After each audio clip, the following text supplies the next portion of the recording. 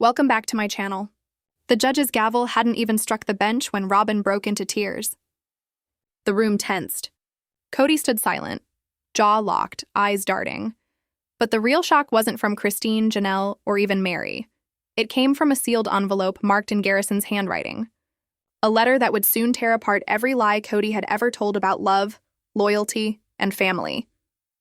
Before we continue, make sure to hit that like button, subscribe for more truth, and comment below, whose side are you on in this war for justice? The fluorescent lights flickered above. The air smelled of old paper, polished wood, and the faint trace of Robyn's floral perfume. Kody shifted in his seat, crossing and uncrossing his arms, trying to look calm. But Christine's eyes told a different story. She wasn't here for closure. She was here for war. Judge Halverson cleared his throat, glancing over 3 massive binders stacked in front of him. Case 2025, Christine Brown versus Kody Brown, joined by Robyn Brown. The words echoed through the courtroom. The hearing would decide allegations of financial misconduct, forged estate documents, and disputed custody arrangements. Kody smirked, that same smug grin he'd worn on camera for years. But it didn't work today. Not under oath. Not surrounded by the ghosts of his own decisions. Christine sat straight-backed beside her lawyer. Her navy blazer sharp, her engagement ring from David noticeably absent. Behind her, Janelle sat silent but fierce. Mary was a row behind, her gaze fixed on Kody, cold, unblinking. Christine's attorney rose. Your Honor, before we proceed, we'd like to submit into evidence a letter written by Garrison Brown, dated 3 months before his passing. The air thickened instantly. Gasps rippled through the room. The judge nodded for the bailiff to bring it forward. The envelope was simple, white, clean, but the handwriting, unmistakable. For the first time, Kody's fingers trembled. Christine leaned forward just slightly, not to intimidate, but because she already knew. She'd read it. She'd lived it. Let the record show, her attorney continued. This letter was discovered among Garrison's personal effects, entrusted to Janelle Brown, and shared with Christine as part of their joint legal action. Judge Halverson read in silence. 1 page 2-3, his brows tightened. Then, page 4. He set it down carefully. This court finds cause to proceed with a formal audit of the Brown family trust and the disputed Flagstaff properties. Robyn exhaled sharply as though she'd been holding her breath for hours. Christine didn't move. Her mind had already traveled back to 2021, to the moment she found the document Kody swore never existed. A backdated property transfer slip, signed by Kody and Robyn during the pandemic. It moved part of Coyote Pass into Robyn's name, using family funds that were meant to be shared equally. Janelle's money, Christine's, even Mary's. Kody had told cameras, "We're building homes for everyone." But in reality, he was building walls. This wasn't just about stolen land, it was about stolen years. About belief turned into betrayal. Finally, Kody spoke. His tone defensive. Your Honor, I never forged anything. Those were business decisions, joint decisions with my legal wife. The judge raised an eyebrow. Your legal wife, who appears to be the only one not financially harmed in this transaction? Christine's lawyer didn't flinch. Your Honor, we call our first witness, Janelle Brown. Janelle walked to the stand, clutching a folder of bank statements. She didn't look at Kody once. I checked our shared savings account in March 2023, she said steadily. Over $32,000 was missing. Withdrawn for a business I never approved, registered under Robyn's name. Gasps. Kody leaned forward, seething. You said you were fine with it. Janelle's reply was ice. I said I trusted you. The judge lifted a hand. Mr. Brown, no outbursts, Janelle continued, voice steady. He said it was temporary. That Robyn had debts from a previous failure and it was our duty to help her recover. But Christine didn't approve those withdrawals. Neither did Mary. Kody did it alone, and he made it look like a group expense. Christine's attorney watched the judge's face as Janelle added, and I believe it wasn't the first time. There were others, years of them. Even back in Utah. The silence was suffocating. Judge Halverson nodded gravely. This court will subpoena all joint financial records under the family trust since 2009. Robyn's hand shot up, but the judge waved her down. You'll have your turn. Christine exhaled. She wasn't celebrating. She knew this was just the beginning. Because the next witness wasn't Mary. It was someone no one expected. The judge looked up. Next witness. Christine's lawyer stood. Your Honor, we call Savannah Brown. A stunned murmur swept the courtroom. Even Janelle's lips parted in disbelief. Kody's face drained of color. Savannah walked to the stand, composed, determined, 20 years old but carrying decades of pain. "I didn't want to be here," she said softly. "But I saw things, heard things I thought were just bad parenting. Now I know it was manipulation." Robyn gripped Kody's wrist, whispering something. He froze. Savannah continued, "He'd visit less and less. First weekends, then holidays, then only when the cameras were rolling. Mom cried when we didn't have grocery money. Meanwhile, Robyn's kids were at Disneyland, flying first class." The gallery murmured again. The truth was no longer hidden. It was bleeding into the open. Christine's lawyer handed her the envelope. "Do you recognize this?" Savannah nodded, her voice breaking. "Yes, that's my brother Garrison's handwriting." "What was his state of mind?" "He was tired, angry, betrayed, but mostly hurt." She unfolded the letter and read, "If you're reading this, you need to know Dad never gave equally. Not his time, not his love, not his money. He weaponized faith and made us strangers in our own home. I begged him to be present. He chose a wife instead." The courtroom fell silent. Even the judge closed his eyes briefly before speaking softly. "Do you have anything else to add?" Savannah folded the letter. "Only this. Dad said he was protecting our eternal family. But he destroyed it, one lie at a time." And with that, she stepped down. Even Robyn was crying now. Kody stood suddenly. "I didn't abandon my children," he shouted. "They all agreed to this. Why am I the villain now?" His voice echoed off the walls. Christine's lawyer rose. "Your Honor, we request a brief recess." "Granted," the judge replied. "Court will resume in 20 minutes. As the courtroom emptied, Christine stayed seated, calm, collected, and silent. Because she knew this was only the beginning. Because she knew this was only the beginning. The sound of the gavel still echoed in the air as the judge rose from his seat. "Court is in recess," he said. Everyone stood. The bailiff escorted Judge Halverson out, and the heavy wooden doors swung closed behind him. The tension didn't leave with him, it only thickened. Robyn tried to reach for Kody, her trembling hand barely brushing his sleeve. But he shrugged her off and stormed down the hallway, fast, angry, and for the first time, completely lost. Outside, there were no cameras, no spotlights, no production crew to frame his rage into a sympathetic story. Only silence. He slammed his palm against the cold wall, his voice cracking. "They've turned everyone against me." A quiet voice came from the shadows.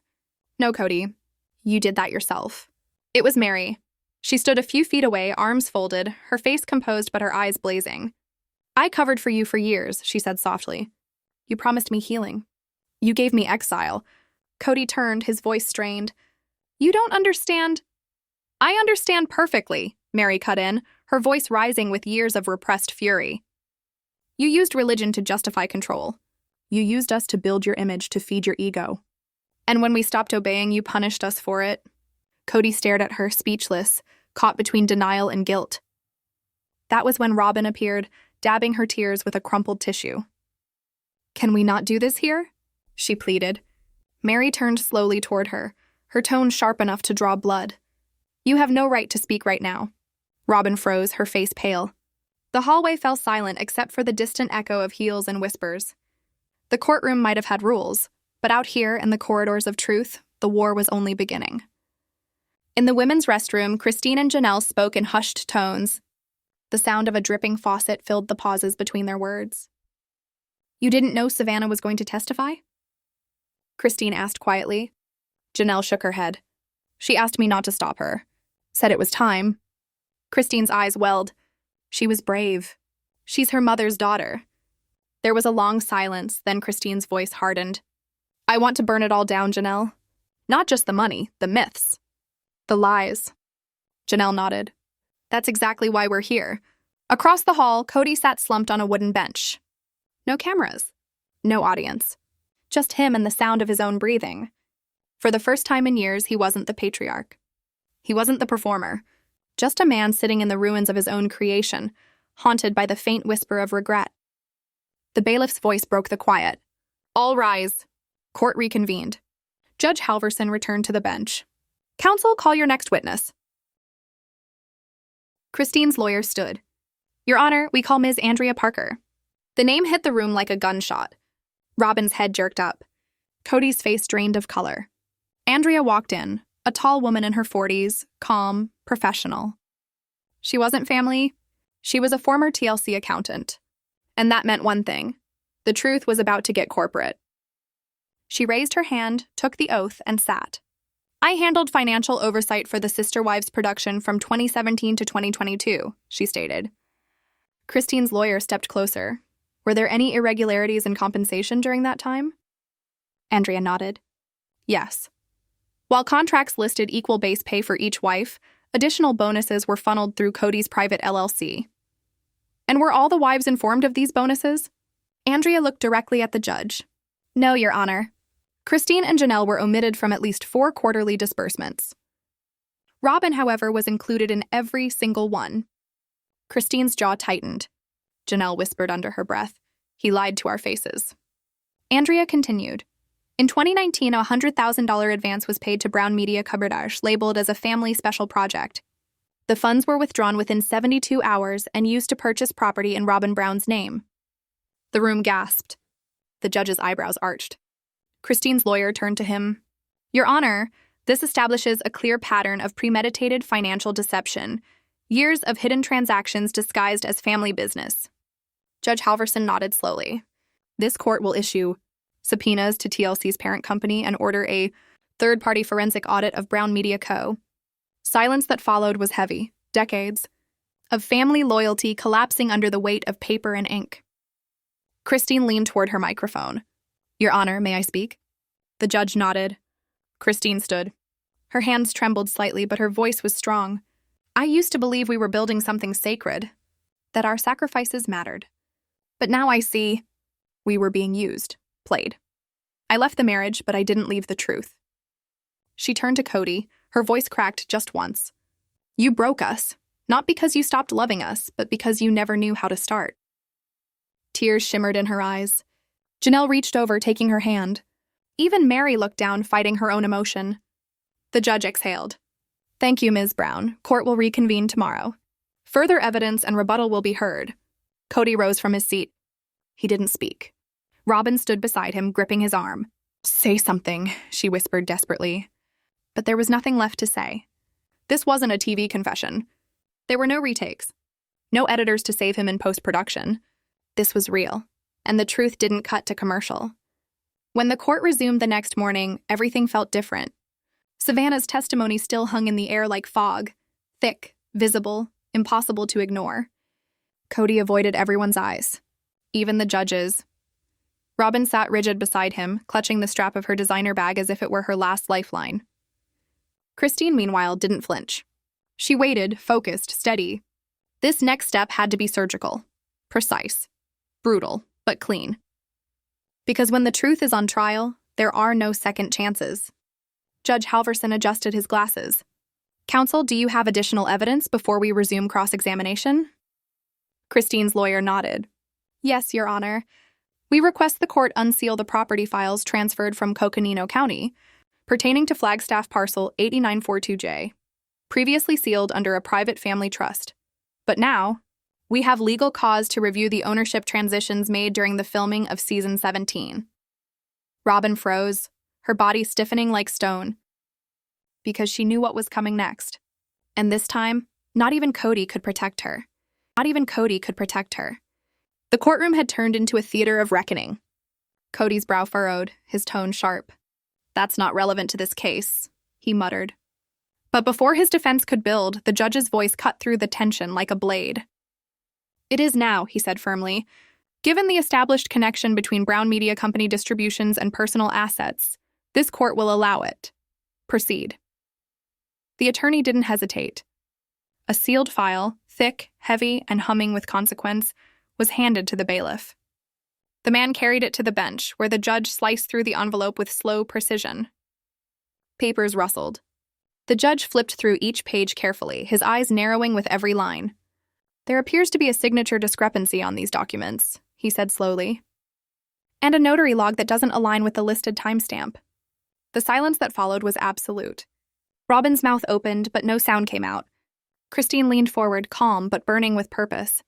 Your Honor, she began, voice steady, that is exactly our concern. These documents were signed during a time when I was told there were no funds for property. Yet somehow, this very land was purchased outright in Robyn Brown's name. And worse, my name appears on the witness line, forged. The courtroom froze. When a name appears where it never should have been, Christine continued, it's not just fraud, it's a deliberate rewriting of history. The judge looked back down at the pages, his expression unreadable. Ms. Robyn Brown, he asked, did you sign this document on March 6, 2021? Robyn hesitated. I don't remember the exact date. Were you in Arizona that day? Yes. And were Christine Brown and Kody Brown present when the notary came? Another pause. I think Kody was. Christine, I'm not sure. Christine's voice sliced clean through the air. I was in Utah, she said firmly. I had a speaking engagement. There are photos, receipts. I wasn't even in the same state. The judge made a note. Then this court will investigate forgery allegations. If the notary's signature and witness line were falsified, that constitutes real estate fraud under state law. Kody stood abruptly. We're getting off track. This is about feelings, not fraud. But this time the courtroom didn't move with him. He stood alone, visibly shaking. Mr. Brown, the judge sighed, sit down. This court is not concerned with your emotional interpretation of legal violations. Robyn dabbed her eyes, but the tears didn't work this time.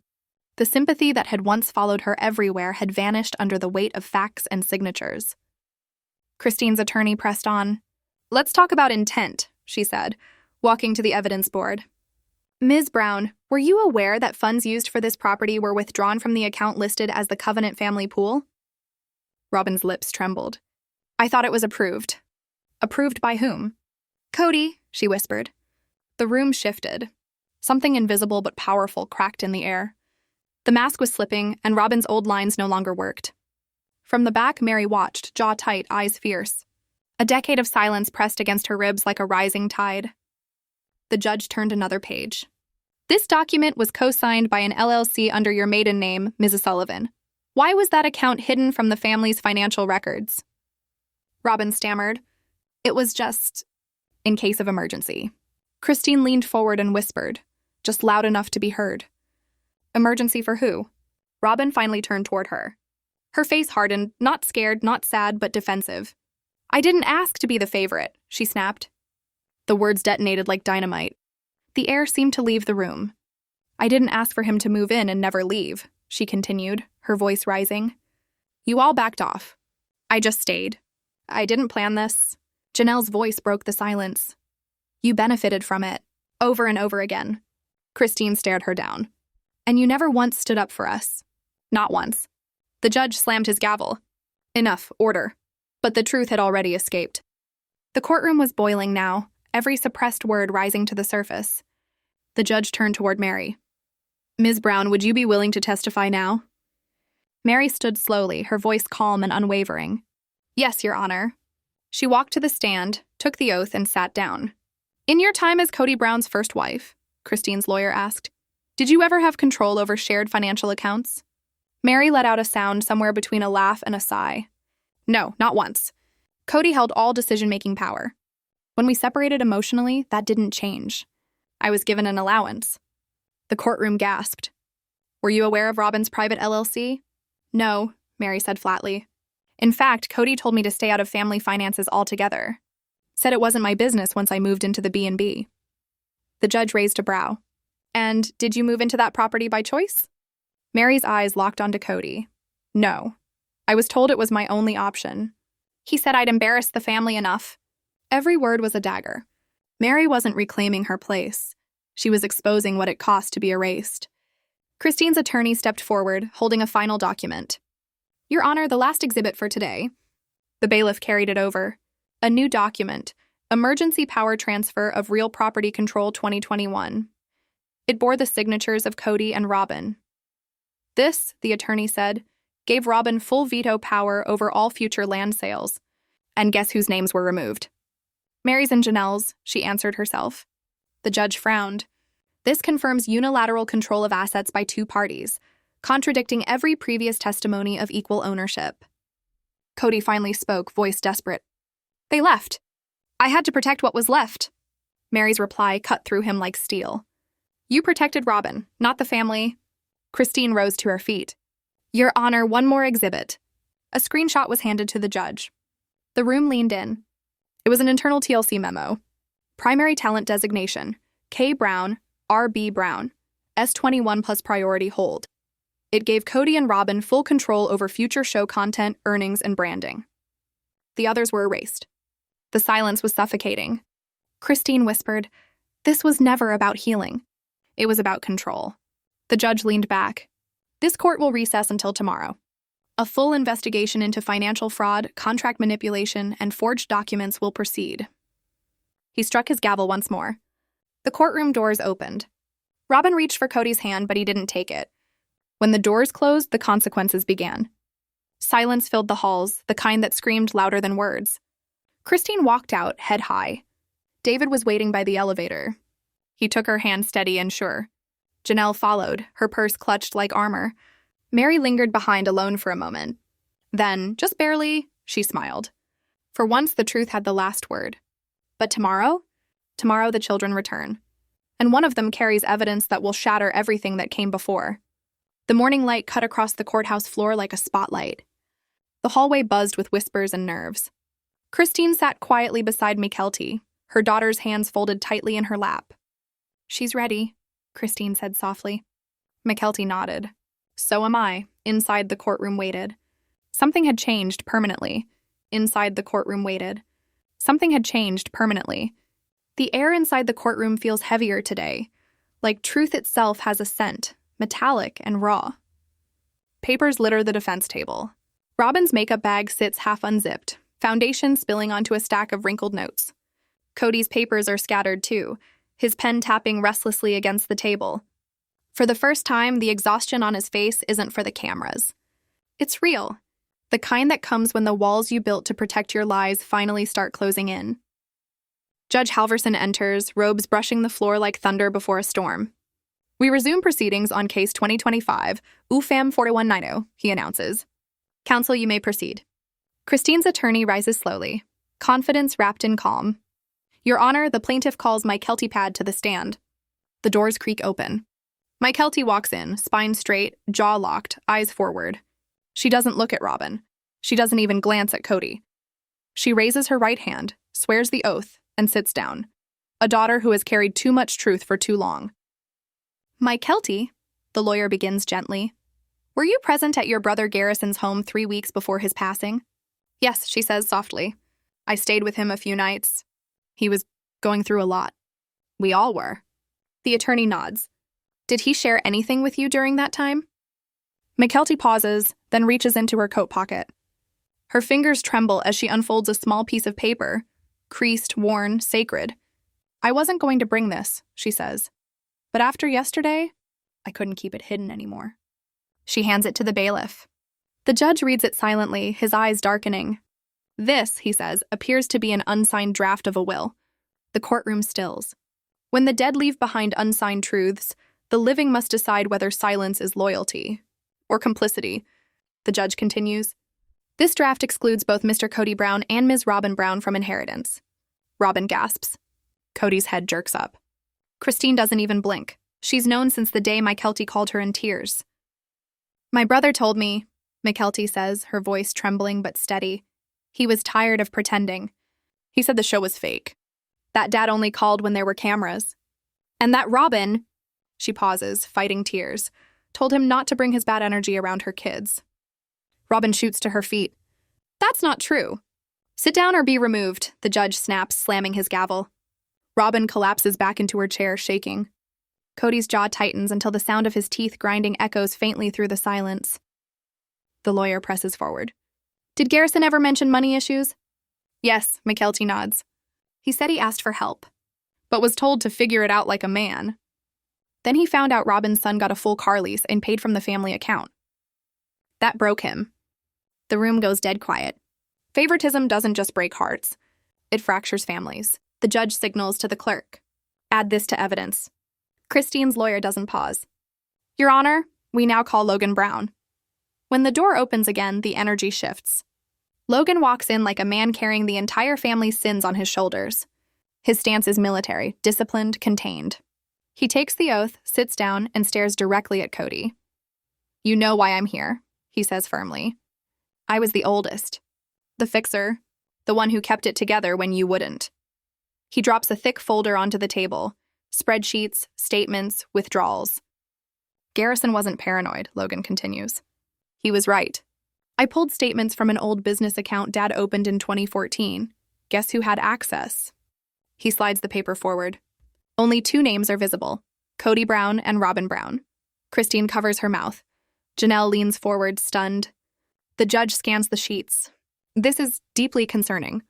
Kody finally breaks his silence. Those were legal business expenses. The network threatened cancellation. Then why weren't we told? Janelle blurts out, tears of fury trembling in her voice. You made us sign waivers.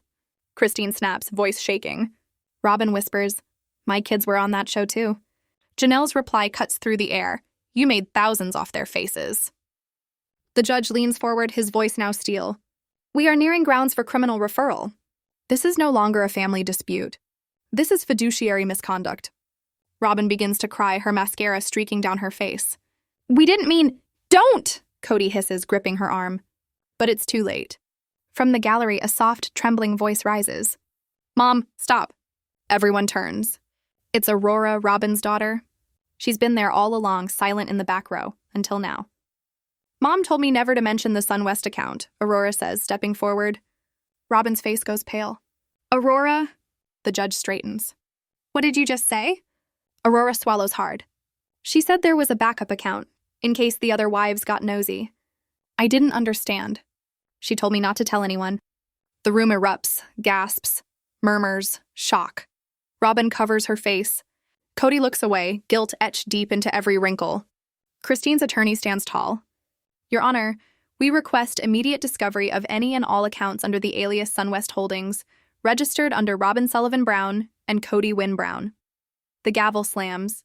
Motion granted, the judge declares. And Ms. Brown, you may want to consider separate counsel. Because if this holds, your position just changed dramatically. The silence that follows is suffocating. Some secrets don't just ruin reputations, they become evidence. Christine sits still, but her pulse is racing. They use the kids, she whispers to Janelle, for tax shelters, for sympathy, for airtime. Janelle nods slowly. And now, they're losing everything. The judge calls a recess. The crowd spills into the hallway. Mary approaches Christine. No anger this time, just exhaustion and solidarity. You were right, she says softly. Christine sighs. I wish I wasn't. They stand there together, 2 women who once believed in a family that never existed. Inside, Robyn sobs quietly into her sleeve. Kody stares out the window, watching his empire crumble in real time. But neither of them notices the clerk walking toward the judge, holding a sealed envelope labeled, Anonymous Submission from a Brown Family Member. Urgent evidence enclosed. The judge opens it. Inside is a single USB drive marked with one word, testimony. He plugs it into the courtroom monitor. The screen flickers. And then, the room goes silent.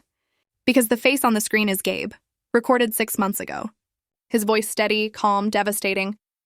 If you're watching this, it means the truth finally came to light. And if you're wondering why I didn't speak sooner, it's because I didn't trust the system to believe me. The camera cuts to black, and so does the illusion that the Brown family ever stood on love. Today's courtroom wasn't just a place of law. It was a place where years of silence finally broke. Everyone rises as the bailiff escorts Judge Halverson out of the room. The wooden door shuts behind him with a deep echo that feels almost like a heartbeat. Robyn reaches for Kody's arm, desperate, trembling, but he brushes past her without a word. His jaw is tight, his movements sharp, like a man running from ghosts. Cameras outside can't see him, but we can.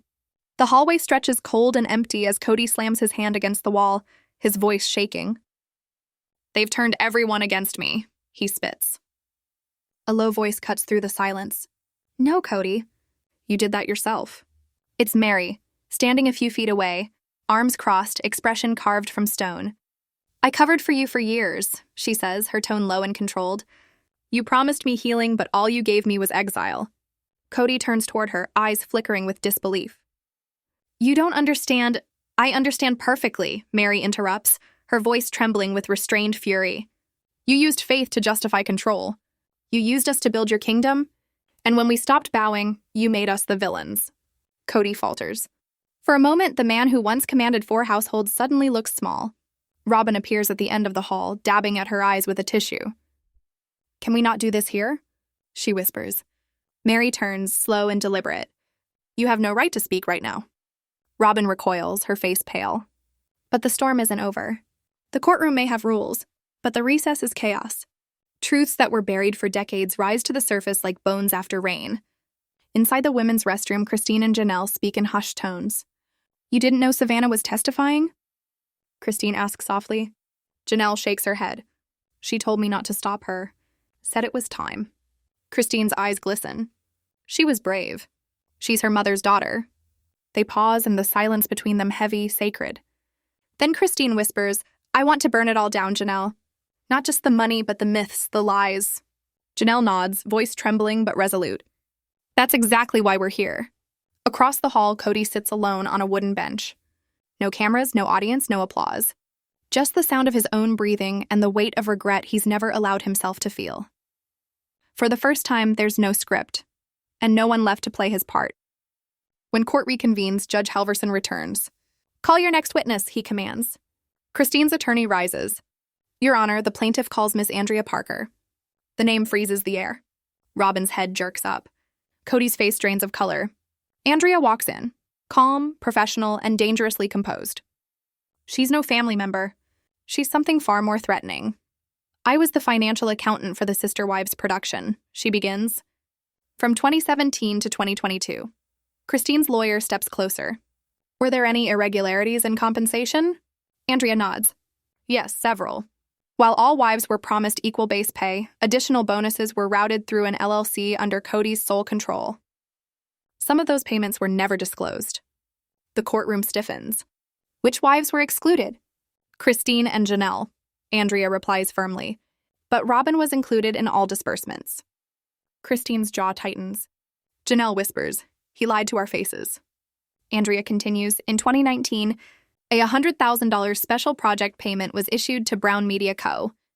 It was cashed within 72 hours and used to purchase property listed under Robyn Brown's name." Gasps ripple through the courtroom. Robyn's face crumples. Kody's lips tremble, but no words come. Christine's lawyer steps forward. "Your Honor, this demonstrates deliberate financial deception conducted under the false pretense of family trust." The judge nods, slow and grim. "Subpoenas will be issued to TLC's parent company. A full audit will be conducted on Brown Media Co." A low murmur spreads through the room. This is no longer reality TV. This is reality itself. Christine leans into her mic. "Your Honor, may I say something?" The judge nods. She stands, her voice shaking with raw emotion. "I used to believe our sacrifices meant something, that this was sacred. But I see now, we were never a family in your eyes, Kody. We were your brand, your currency. I left the marriage, but I didn't leave the truth." She turns toward him, tears shimmering. "You broke us, not because you stopped loving us, but because you never knew how to love at all." The courtroom falls silent. Even Mary lowers her eyes. Janelle reaches for Christine's hand, a quiet gesture of solidarity. Judge Halverson clears his throat. "Thank you, Miss Brown. Court will adjourn until tomorrow. Additional evidence will be reviewed." Kody stands but doesn't move. Robyn clings to his arm. "Say something," she whispers. He doesn't, because for once there's nothing left to say. He's not on a set anymore. He's not the star of a family show. He's just a man in a courtroom, and the truth doesn't fade to black for commercial breaks. As everyone files out, Savannah's words linger in the air, haunting, powerful, unforgettable. The silence that follows is louder than applause, heavier than guilt. The Brown Empire has cracked. And tomorrow the truth will finish what it started. And tomorrow the truth will finish what it started.